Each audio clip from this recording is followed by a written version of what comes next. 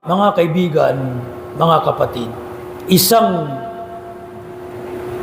alama, dakilang scholar na si Ahmad bin Yahya al-Najmi, sabi niya, patungkol sa mga fitna sa relihiyon, paglitaw ng mga bid'a, paglitaw ng mga lihis na paniniwala, sabi niya, tingnan niyo, man za'ama أن الإنكار على أصحاب البدع وتفريق للأمة وتشتيت لها فهو ضال أيضا.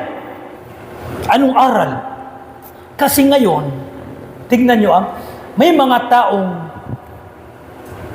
nag-aangkin na kabilang sa atin, kiniklaim na kabilang sa atin, pero mga ruwaybidah, mga mangmang, pinangunaan ng mga ulama. At sinasabi pa, binabato pa nila ang mga ulama na nagtatama nagtutuwid ng kamalian, sumisita, nagbabawal ng mga bid'a, at pinaparatangan ng kung ano-ano, na itong mga ulama na ito ay nagsasanhilaman ng pagkawatak-watak, nawawala ang pagkakaisa. At may masaklap pa, mga kaibigan, mga kapatid. Pinaparatangan pa na sila ay mga extremist, subhanallah. Nagmamalabis. Ito ay panlilinlang. Ito ay panlilinlang. Sabi ng imam, sino mang nagsasabi nito, na yung nagtatama nagtutuwid ng kamalian, sumisita sa mga bid'a, sumisita sa mga lihis na tao, ay nagsasanilaman ng pagkakawatak-watak, kaguluhan. Itong nagsasabi na ito ay ligaw din na tao. Hindi niya naunawaan ng relihiyon. Mapanlinlang na tao. Dahil gusto niyang pagkaisahin tayo sa kabulaan ng kaligawan. Gusto niyang masadlak tayo sa kaligawan. Subhanallah. Hindi marapat. Tandaan ninyo. Inutos ng Islam ang pagkakaisa. Nandun na tayo. Sinong ayaw ng pagkakaisa? Pero, ano yung tunay na pagkakaisa? Ito yung point, main point, subjective. Ito yung main point. Ano yung pagkakaisa na inutos sa atin ni Allah? Wa'tasimu bihablillahi jami'a wala tafarraqu.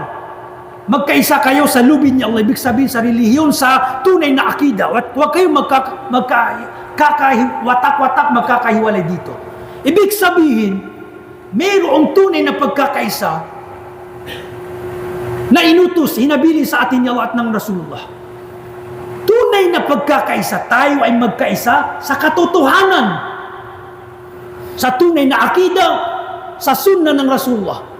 At iwagsi ang mga lihis na mga paniniwala at mga bid'ang mga gawain. Ito ang tunay na pagkakaisa. Magkaisa tayo sa tunay na akida. Akida ng Rasulullah at akida ng mga sahaba.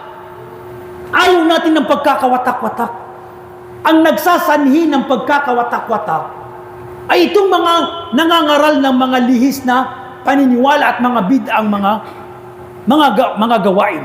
Sila ang nagsasanhi ng pagkakawatak-watak.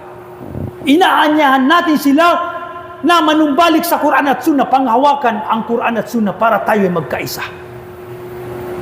Dahil, subhanallah, anong silbi ng pagkakaisa kung tayo ay nagkakaisa sa kabulaanan, nagkakaisa sa kaligawan? Yan ay mali.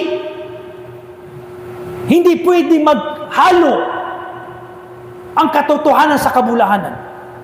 La talbisul haqqa bil batil. Huwag niyong pagaluin, huwag niyong ihalo ang kaligawan, ang kabulaanan sa katotohanan. Pinagbawal sa atin ni Allah. Hindi pwede maghalo ang katotohanan at ang kabulaanan, ang ligaw na akida at lihis na at tunay na akida, ang sunnah at ang bid'ah. Hindi pwede magkahalo. Ano sinabi ng Allah? فَمَاذَا بَعْدَ الْحَقِّ إِلَّا الضَّلَالِ. Wala nang katotohanan, wala nang pagkaraan ng katotohanan maliban sa kaligawan. Subhanallah. Dapat tayo ay magkaisa sa tunay na pagkakaisa. Walang tunay na pagkakaisa hanggat hindi tayo nagkakaisa sa tunay na akida. Yan ang tandaan ninyo.